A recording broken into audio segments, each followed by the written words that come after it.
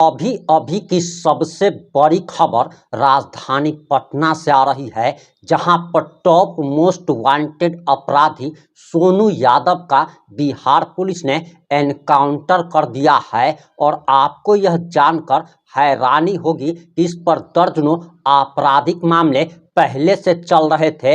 वहीं दानापुर के दही गोपी उर्फ दही यादव की हत्या मामले में भी इस सोनू यादव का नाम आ रहा था। रितलाल यादव के भूमिका की भी जांच की जा रही है और बताया जा रहा कि पटना पुलिस और अपराधियों के बीच में राजधानी पटना के मनेर थाना क्षेत्र में मुठभेड़ हुई है। और इसी मुठभेड़ में टॉप मोस्ट वांटेड अपराधी सोनू यादव का बिहार पुलिस ने एनकाउंटर कर दिया है। और आखिर पूरा मामला क्या है, पूरा मामला इस 5 से 7 मिनट की रिपोर्ट में हम आपको बताने जा रहे हैं।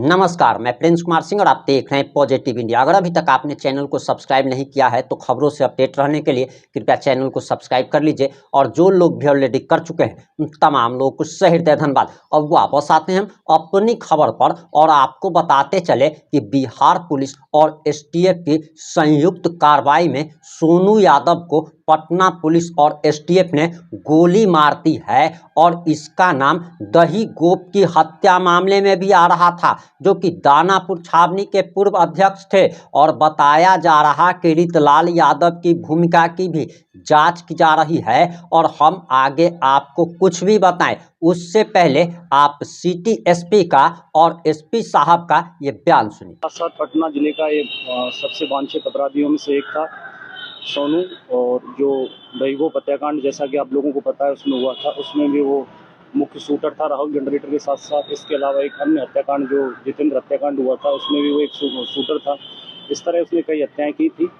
तो वो उसकी मनेर में हमें मिलने की गुप्त सूचना मिली थी, जिसमें एचडीएफ के सहयोग से एक जॉइंट ऑपरेशन चलाया गया था। और जैसे ही पुलिस उसको पकड़ने के लिए गई तभी उसने पुलिस पर फायर खोल दिया।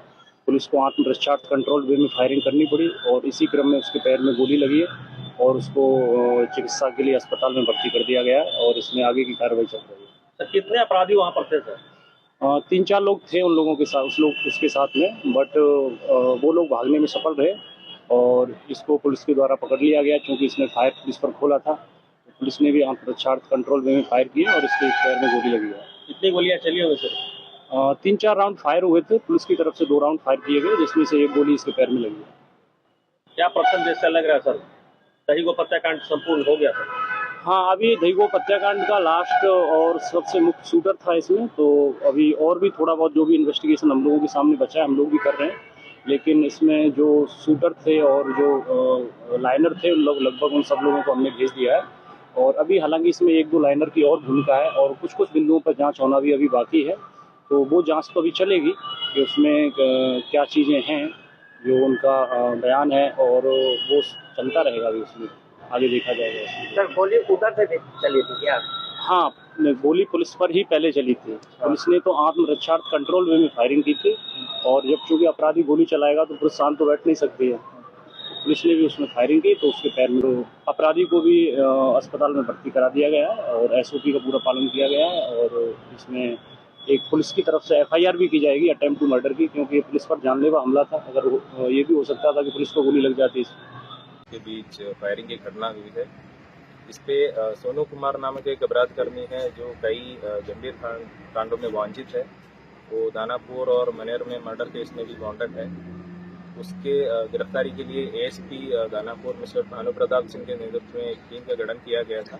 टीम द्वारा लगातार छापामारी किया जा रहा था। इसी बीच पुलिस को सूचना प्राप्त हुई कि ये जो सोनू कुमार जो टॉप 10 लिस्ट में भी वांटेड है वो मनेर में अपना कुछ साथियों के साथ आया हुआ है। इस सूचना का सत्यापन एवं छापामारी के जो स्पेशल टीम का गठन किया गया था, जिसपे पटना पुलिस और एसटीएफ के ऑफिसर शामिल थे। टीम द्वारा स्थल पर पहुंचकर छापेमारी शुरू किया गया था और पुलिस को देखते ही कुछ अपराध कर्मियों द्वारा फायरिंग किया गया और पुलिस द्वारा कंट्रोल वे में अपना जान माल की सुरक्षा को देखते हुए काउंटर फायर किया गया। इस पे एक व्यक्ति घायल हुआ जिसका नाम सोनू कुमार है, जो वांटेड अपराधी है।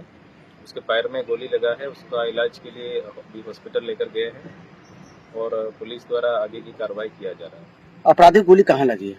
और पैर में गोली लगी है। कितने गोली है? एक गोली पैर में लगी है उसका।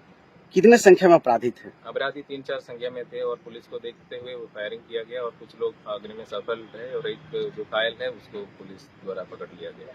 कितने राउंड गोलियां चली होगी? उधर से 3-4 राउंड फायर किया और पुलिस द्वारा 2 राउंड फायर किया गया। घटनास्थल से क्या कुछ बरामद हुई है?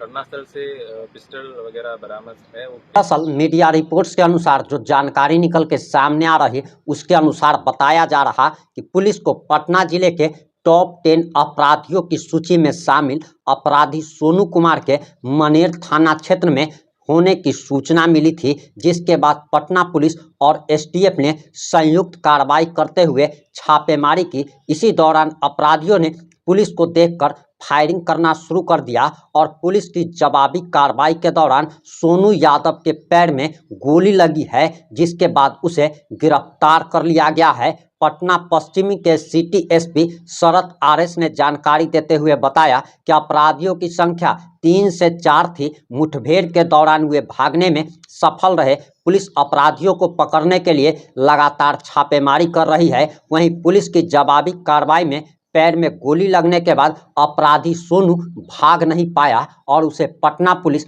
और एसटीएफ की संयुक्त कार्रवाई में मुठभेड़ के बाद गिरफ्तार कर लिया गया है। वहीं अपराधियों की तरफ से पुलिस पर 3-4 राउंड फायरिंग की गई है। पुलिस की ओर से 2 राउंड फायरिंग की गई। पुलिस ने घटनास्थल से अपराधी का पिस्टल भी बरामद कर लिया है। अपराधी सोनू कुमार पर मनेर और दानापुर में कई गंभीर मामले दर्ज हैं। दानापुर में छावनी परिषद के पूर्व उपाध्यक्ष रंजीत राय उर्फ दही गोप की दिसंबर 2024 में हत्या कर दी गई थी और इस मामले में भी सोनू यादव का नाम सामने आ रहा था। वहीं पत्नी का भी बयान सामने आ गया है और आप सभी जानते हैं कि रंजीत राय उर्फ दही गोप की किस तरीके से निर्मम तरीके से हत्या कर दी गई थी। सोनू यादव का नाम आया था। आरजेडी के विधायक रितलाल यादव भी उसमें शामिल हुए थे और बताया जा रहा कि रितलाल यादव हो या फिर रामकृपाल यादव हो, दही गोप के अंतिम संस्कार में ये लोग फूट फूट कर रोते हुए दिखाई दिए थे। लेकिन रितलाल यादव पर ही रंजीत राय उर्फ दही गोप की पत्नी ने काफ़ी गंभीर मामले दर्ज कराए थे और इसके बाद तो बवाल मच गया था। इन सारी घटनाओं पर आपकी क्या प्रतिक्रिया है? क्या इसी तरीके से बिहार पुलिस को लगातार अपराधियों का एनकाउंटर करना चाहिए? आप जो भी सोचते हैं, जैसा भी सोचते हैं, अपनी प्रतिक्रिया जरूर दीजिएगा। जुड़े रहे हमारे साथ। जय हिंद, जय भारत।